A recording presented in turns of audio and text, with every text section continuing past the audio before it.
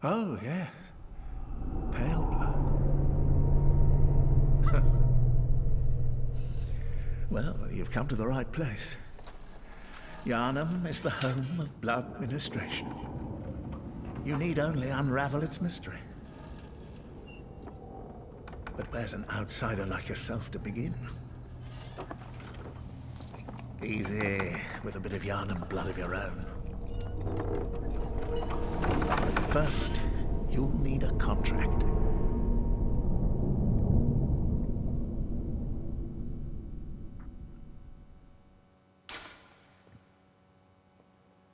Hey guys, and welcome to part 1 of Let's Play Bloodborne. My name is Rob, and I have been looking forward to this, let me tell you.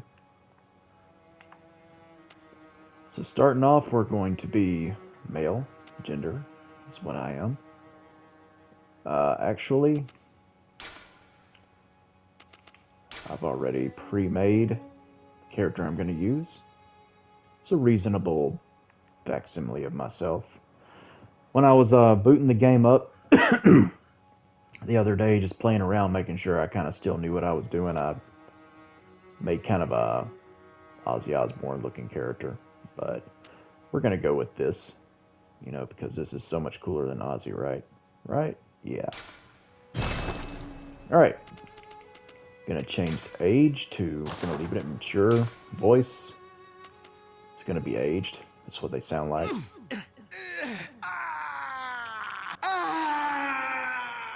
Nah. Mature? A little better, but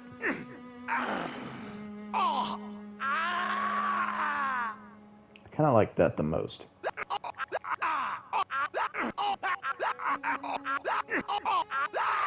Okay, that's enough of that. Let's see. Yeah. Kind of based off, I wanted to make my character look in Dark Souls 2. Aged, with a full beard, and very, very tired eyes. And since you can add glasses in this game, my glasses actually look very similar to that. I just got some new glasses.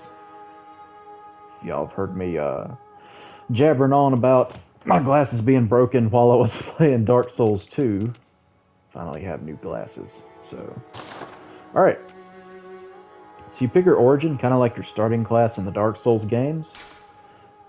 Only you start off with the same equipment no matter what you choose. So it all comes down to whether you want to choose a starting class for role-playing reasons, or more importantly for your starting stats. So milquetoast, ordinary, happy upbringing, all attributes average. It's a perfectly fine starting class, exactly what it says. Everything's average. Its stats are pretty even across the board. Lone survivor of a lost hamlet, high life essence and vigor.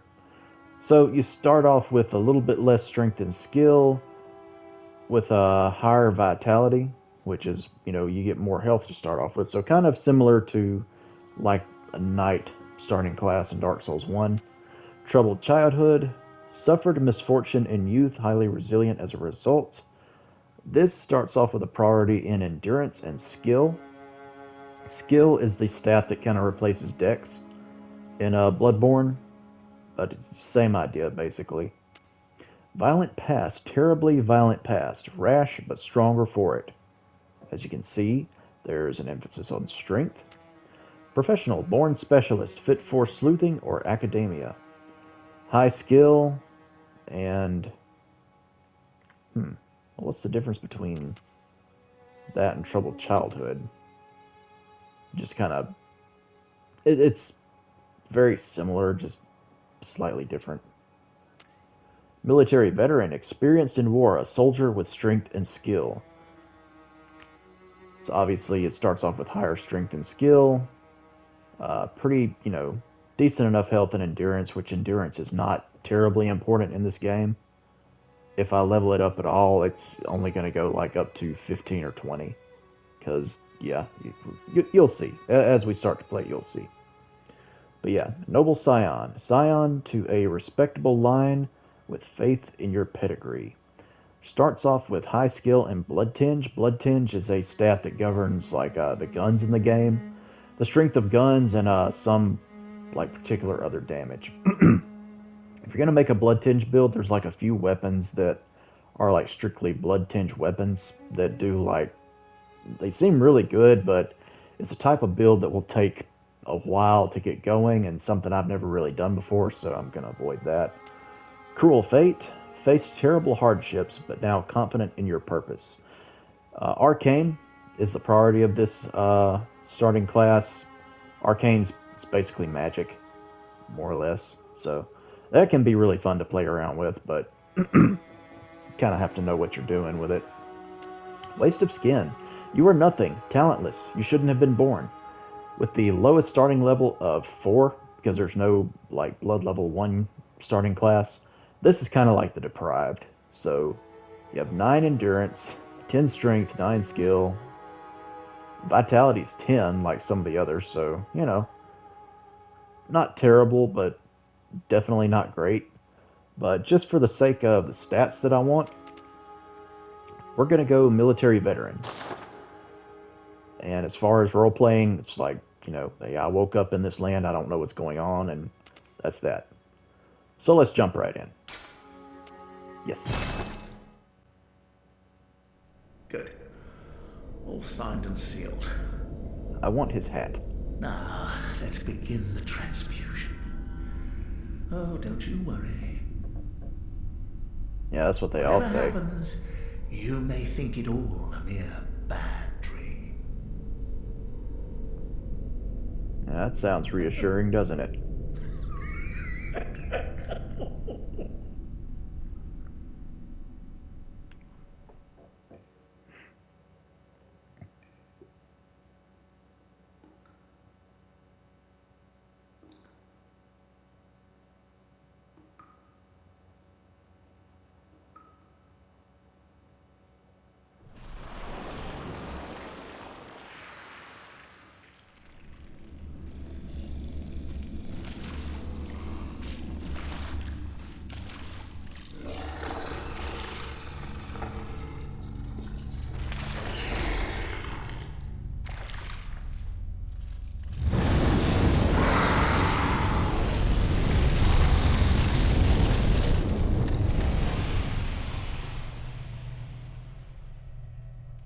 It makes me think of Butthead going like, cool.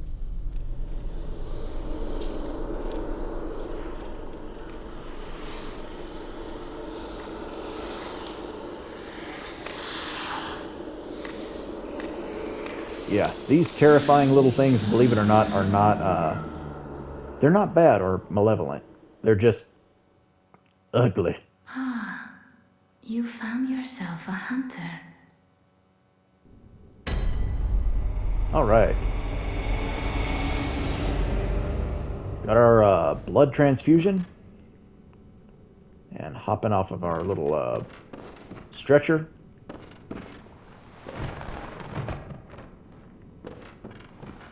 Yeah. Oh, it controls so good. Oh man, I'm gonna have so much fun with this. So we start off, this place is called Yosefs Clinic. Character was looking for pale blood, and that's all we know so far. We're seeing werewolves and little hideous demon babies and just, you know, what a typical Monday morning. Am I right? Ugh. That looks gross and dangerous, so let's see if we can't sneak around here. Now, the other day, when I was playing around as my Aussie character, I was able to kill this thing with my bare hands. Let's see if I can repeat that for you, the audience. Gonna have to pick my shots carefully. Whoops!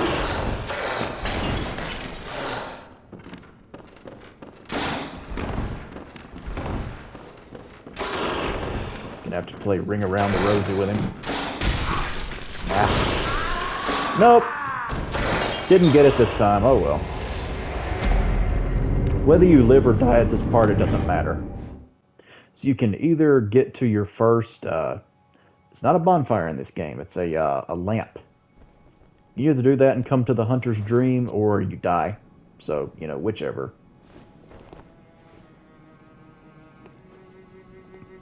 So we wake up once again. And this is kind of your hub world, so to speak.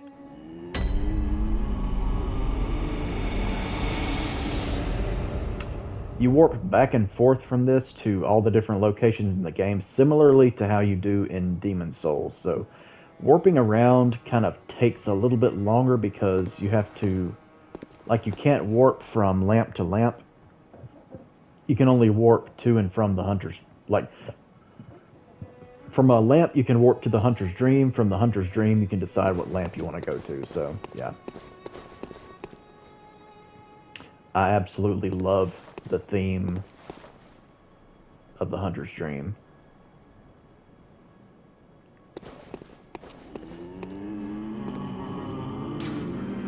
An abandoned doll. It's going to be very important. So, remember the little guys that were crawling on us? They're here to help. The messengers offer you a trick weapon. Choose one. Trick weapons are wielded with the right hand and employed in beast hunting. So we can choose from the saw cleaver, the hunter axe, and the threaded cane. Saw cleaver, one of the trick weapons of the workshop, commonly used in the hunting business. This saw, effective at drawing the blood of beasts, transforms into a long cleaver and makes use of centrifugal force. I think I said that right. The saw, with its set of bloodletting teeth, has become a symbol of the hunt, and only grows in effectiveness the more grotesquely transformed the beast. This is probably the best starting weapon you can choose overall, in my opinion. And in the opinion of, like, a lot of speedrunners and such. It's fast, it's powerful, beasts are weak against its damage. It's just great. And it's on the box, the cover art. Hunter's Axe. One of the trick weapons of the workshop commonly used on the hunt. Retains the qualities of an axe, but offers a wider palette of attacks by transforming. Boasts a heavy, blunt attack, leading to high rally potential. No matter their past, beasts are no more than beasts. Some choose this axe to play the part of executioner. Also an excellent choice, which is what I'm actually going to go with. But let's read the description of the threaded cane. It's your fancy weapon. One of the trick weapons of the workshop, commonly used by hunters on their duties. Sufficiently deadly as a rigid-bladed cane, but also serves as a whip when its blade is split into many.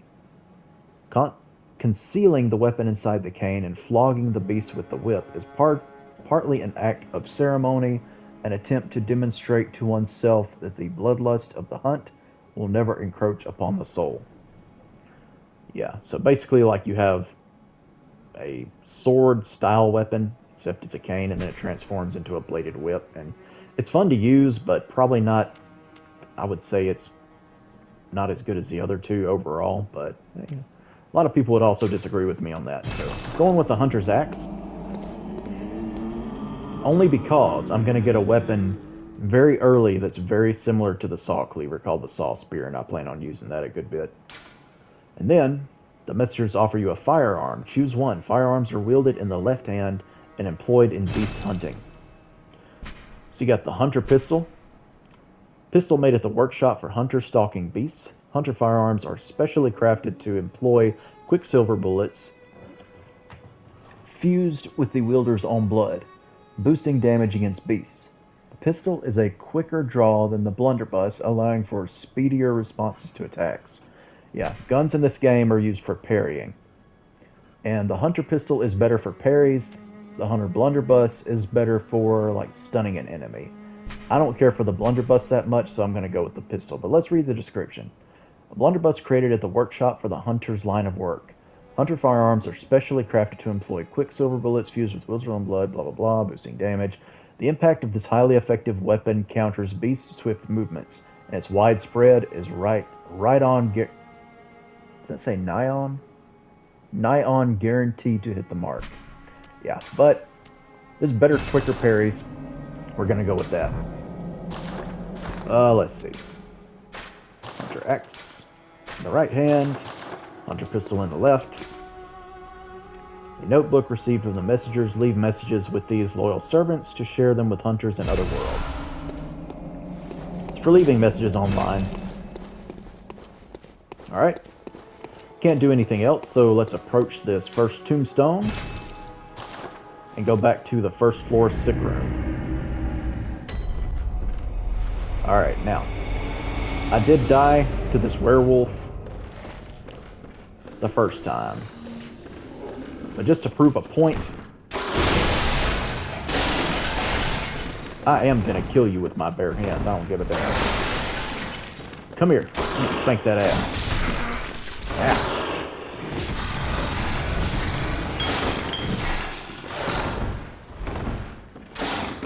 Karate chop, you damn wolf. Backstabs in this game, you have to charge them up. Yeah. Yeah. Can't just walk up and backstab. There we go. Hear that sound? That's a sound where you can deal a critical hit. Show you I can kill you with my bare hand. Slap his ass and then reach up his butthole and yank his guts out. And that is family-friendly entertainment. Get some blood vials. In this game, there is no Estus Flask. There is only consumable healing items in the form of blood vials, but they're easy enough to get. To the point where I don't find myself missing Estus Flasks in this game or anything akin to that. Because, honestly, the game allows you to get plenty of blood vials, like hundreds of them within the first couple of hours, so you can farm for them, you can buy them. It's not bad.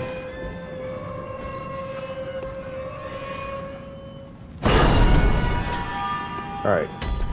And one of the things with Bloodborne as opposed to Dark Souls, every weapon has a second form. If you press L1, it changes in some way or another. For the axe, like you have an axe, it's a little slow, does good damage, and we read that it has good rally potential.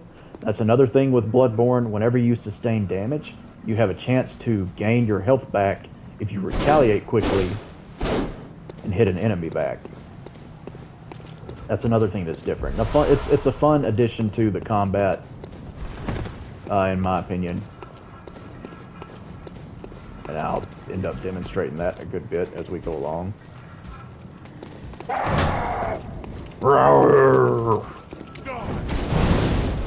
Okay.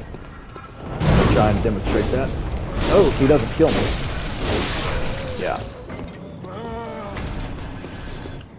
Yeah, see, I gained a little bit of health back.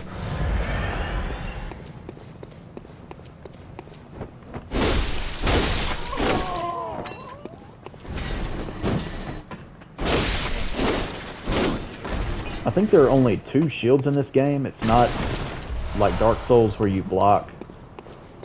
Bloodborne encourages much more aggressive play. And for that reason, I think it's a lot more fun. Combat-wise.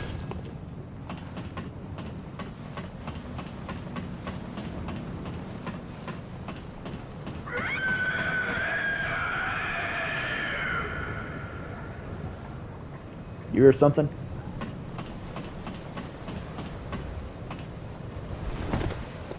Alright. If you get to this before dying, you can just use this lamp to warp back to the hunter's dream for the first time. Which I managed to do the other day, but couldn't do it while I was commentating. Let's see, whenever you happen upon a window with a lit lamp, you can usually talk to somebody. Oh, you must be a hunter.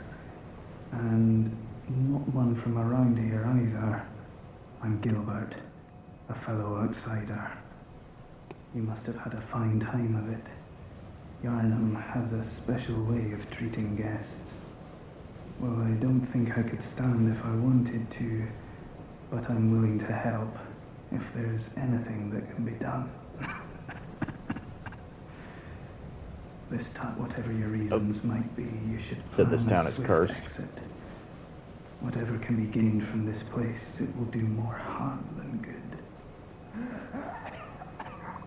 Yeah, this game predicted the COVID outbreak before the COVID outbreak. Pale blood, you say? Never heard of it.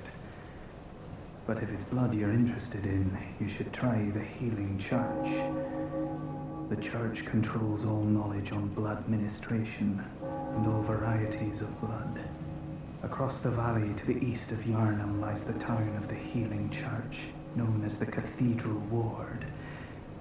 And deep within Cathedral Ward is the old Grand Cathedral, the birthplace of the Healing Church's special blood.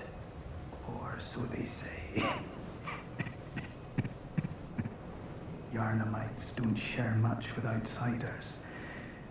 Normally they wouldn't let you near the place, but the hunt is on tonight. This might be your chance. Across the valley to the east of Yarnum, deep within, lies the old main cathedral. I haven't heard of Pale. That's your best bet if it's anything to do with unique types of blood. Yep. Just people shut up in their houses, hacking their guts up.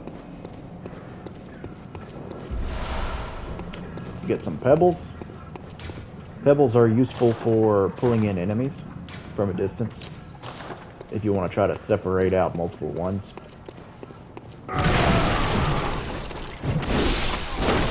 Made an intro just like one of the hollows in Dark Souls. Just busting through things. You can drop down here, but I'm going to go around to get to that. The one thing about Bloodborne that I wish so bad they had implemented is being able to reassign the running jump to the right stick instead of the circle button. But thankfully you don't have to jump too much in this game.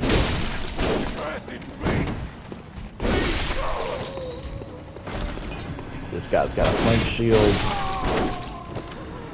Doesn't stand up to the axe very well. So, fixing to demonstrate the power of the axe's transformed state. He just hit me really hard.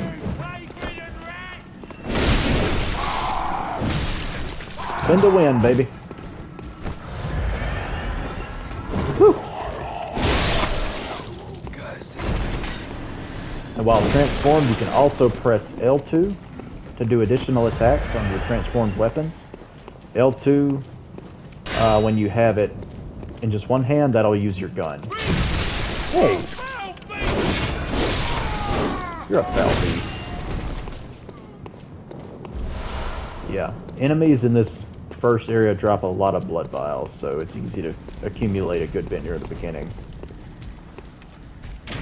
You don't happen upon multiple lamps very often. The game is more set up like Demon Souls was, in that you open multiple shortcuts to get back to like one central lamp. Have a tough enemy over here. I don't know if I really want to fight him yet. Yeah, why not? Wonder if I can parry him. This guy is always hard for me to parry, and he usually kills me.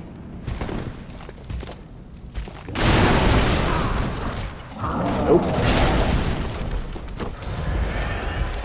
Alright, come on. There we go. I'm gonna charge up an attack, see if I can finish him. There we go. Alright. Yeah, he's just kind of over here as like something the developers threw in to kick your ass at the beginning. But, you know, I just kicked his ass. I kicked his ass, I'll tell you what. Alright. Man, just look at this game. Just look at it. It's gorgeous. gorgeous, I tell you. Where they're like crucifying and burning werewolves and stuff. It's a very gory game. Hence the name Bloodborne. You see the lamp? You can knock on this door. Lazio, come on. You'd open the door on a night and a hunt. Away with you. Now. But don't you want to talk about the watchtower? Come on. Lazio, come on. You'd open the door on a night and a hunt. Away with you. Now.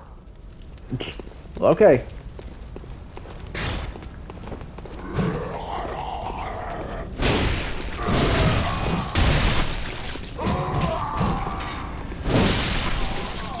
Yeah, combining the different buttons, you can pull off all kinds of combos with the weapon in their tricked form. You can even do transformation attacks. There's just so much you can do with the combat in this game. It's just, I cannot rave enough about it.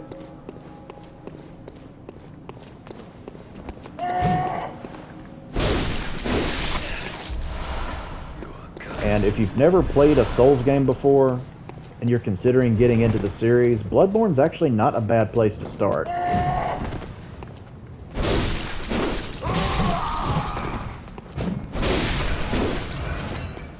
I would say, you know, don't be put off by the quote-unquote difficulty of the game. I mean, yeah, you die a lot, as any Souls or Miyazaki game, but it's so much fun, regardless. Like, death is just a part of these games. You respawn, you know, if you lost any of your souls, or in this game as they're called, blood echoes, I mean, big deal. You can get them back. To me, Bloodborne is less punishing when you die than a lot of other, like Dark Souls 2, for example. Like, you lose a part of your health every time you die. Bloodborne doesn't do stuff like that.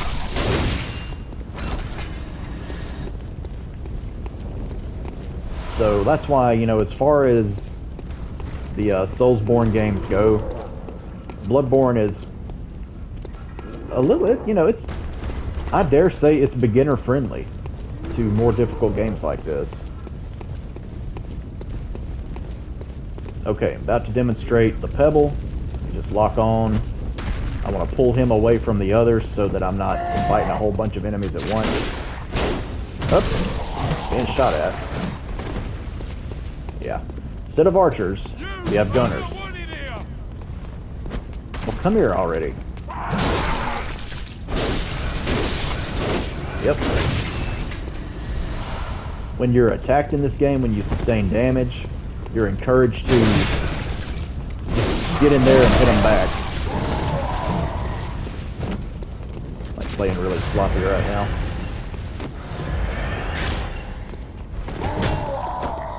Hold down R2, spin to win. And with these enemies, well, I didn't reach him. With regular enemies like this, whenever you perform a fully charged R2, it will always send them flying back.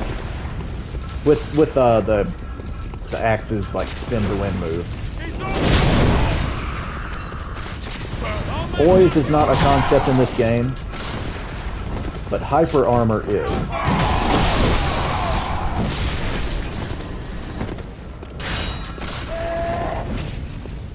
And I'll explain that here shortly.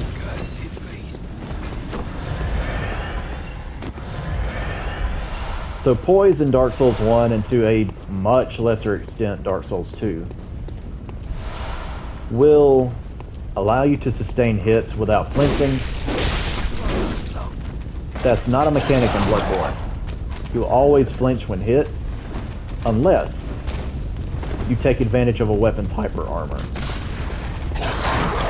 Dogs, just shoot them. Shoot them, because blood tinge damage, which is what guns do, will make them fly.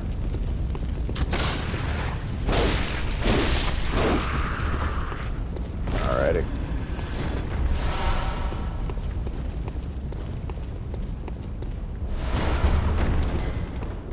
But basically the way you utilize hyper armor, when you do charged attacks, you listen for a particular sound. That a little chime.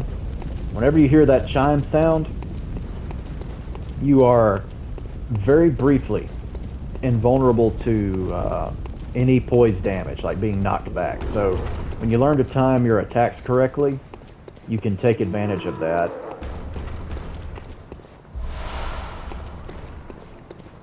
So we went to the other side of that door that's shut. We hear an unhappy camper trying to get through, but he's so stupid he doesn't know he can just walk around. Well, aren't you a biggin?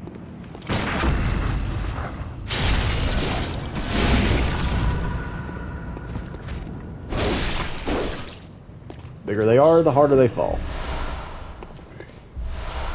Those guys are actually really easy to parry. Picked up some Molotov cocktails and a torch. Torch goes in the offhand. You can just switch between that and your gun. So unlike Dark Souls 2, the torch, you just equip it and there's no time limit. Pretty nifty. They continued that in Dark Souls 3 as well. I'm kind of glad they did. We got crows. Crows are very mean in this game. Don't ever touch them.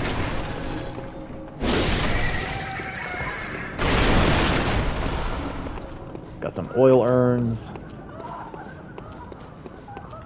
And like any other Souls game, when it starts throwing, you know, certain items, it's usually giving those items to you because they're going to be important for the area you're in.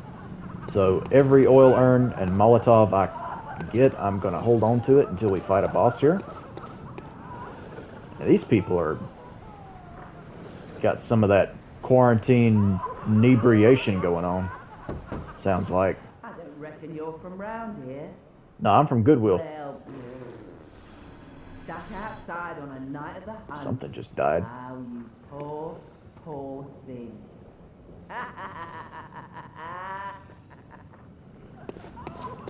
They seem nice.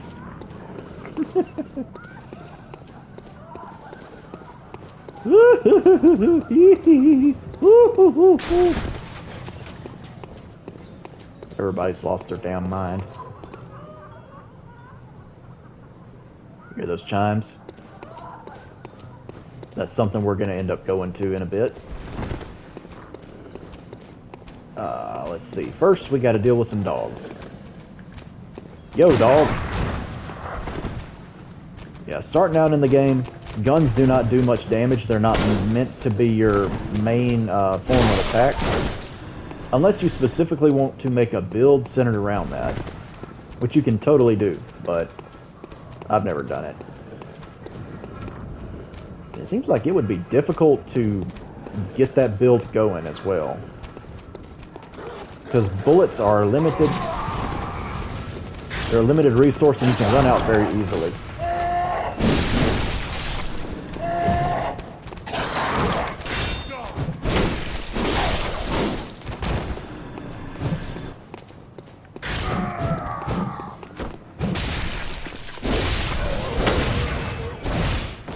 Yeah.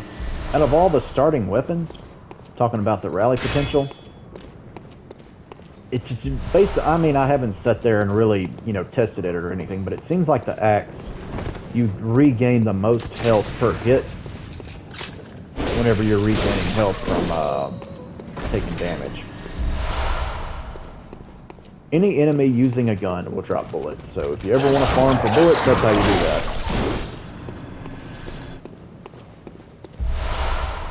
Blood vials.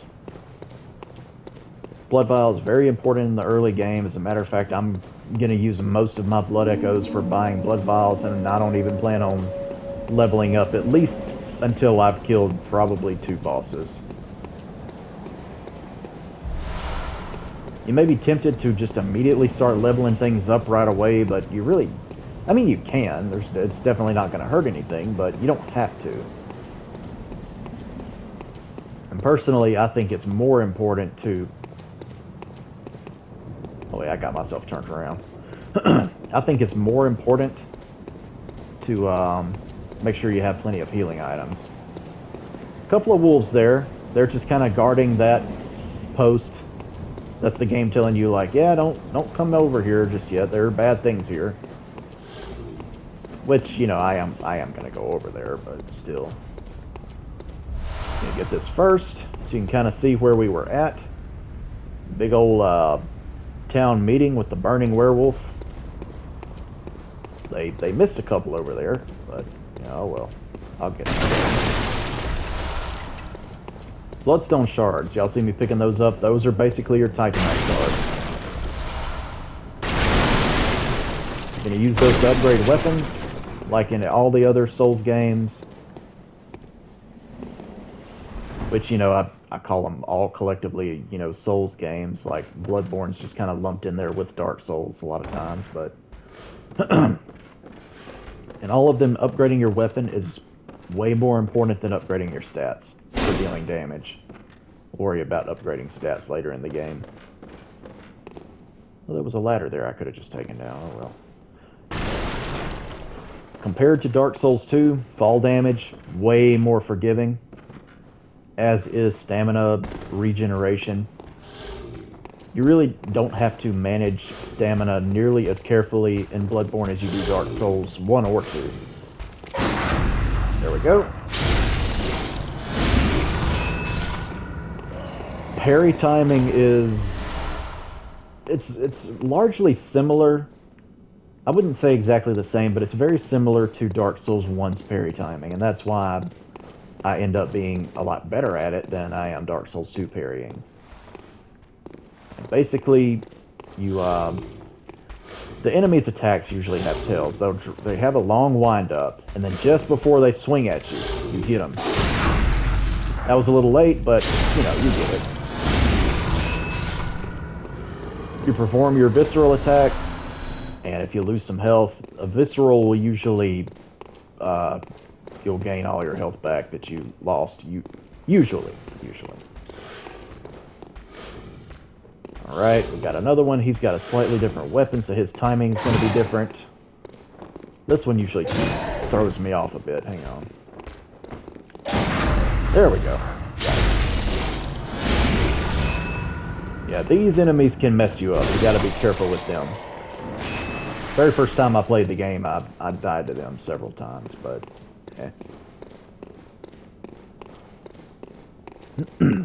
like, I'm making this opening area look easy. I am by no means an expert at Bloodborne, I promise you. Like, I'm just familiar with these enemies a good bit. The opening parts of the game come fairly easy for me, but trust me, once I get far enough, I'm going to be struggling.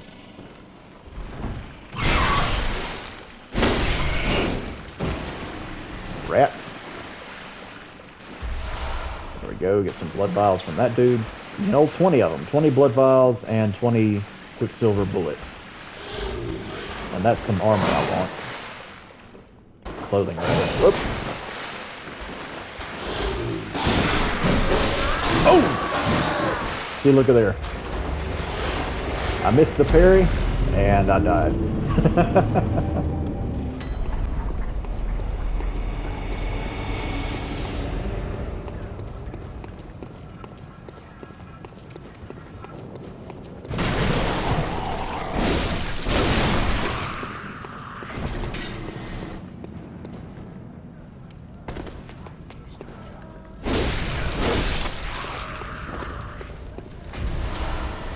I forgot to come up here and talk to this guy. Are you that outsider?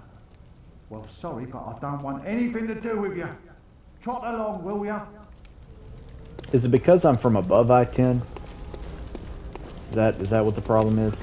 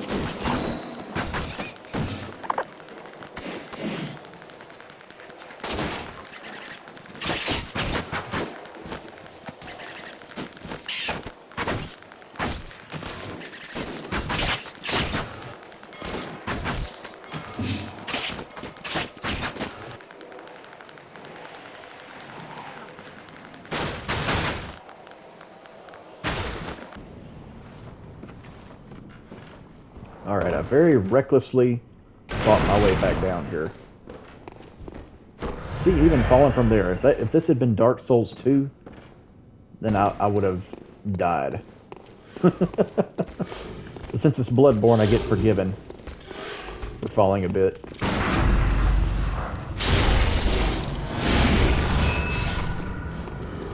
Alright. Oh, he dropped me something.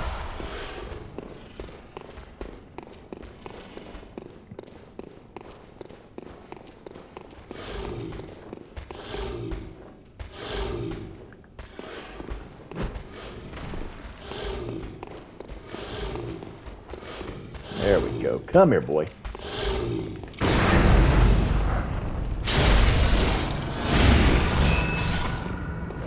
Straight up hit me in the face with a torch. And then fell through the world. That'll teach him. Hey, what's up? You wanna go? You wanna go?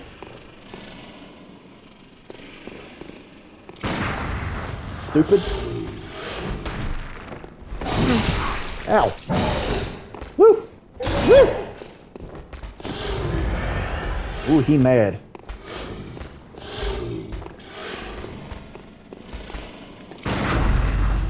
There we go.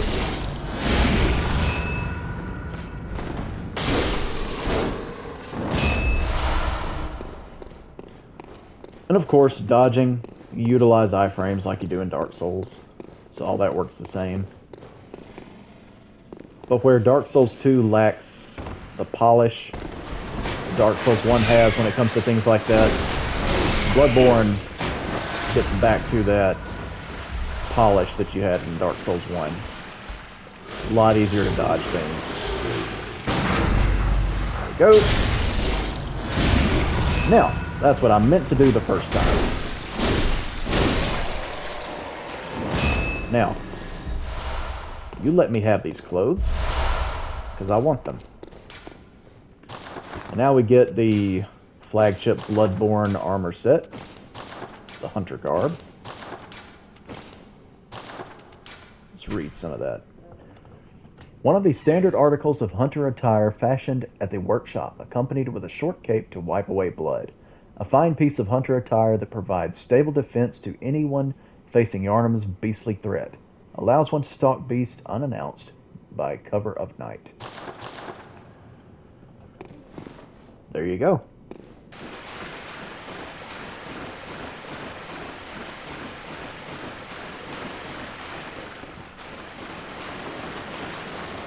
Oh, rat. Ah!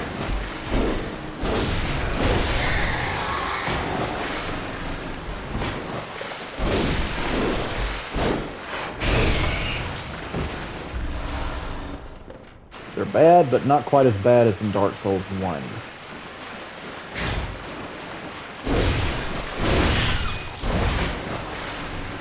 And in Dark Souls 2, I barely even noticed rats except for that one boss fight.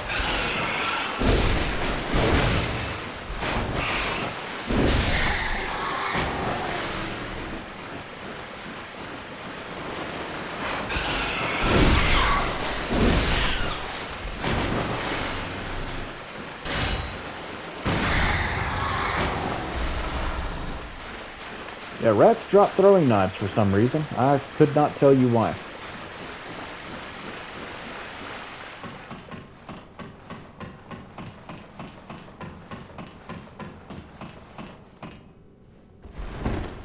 Alright.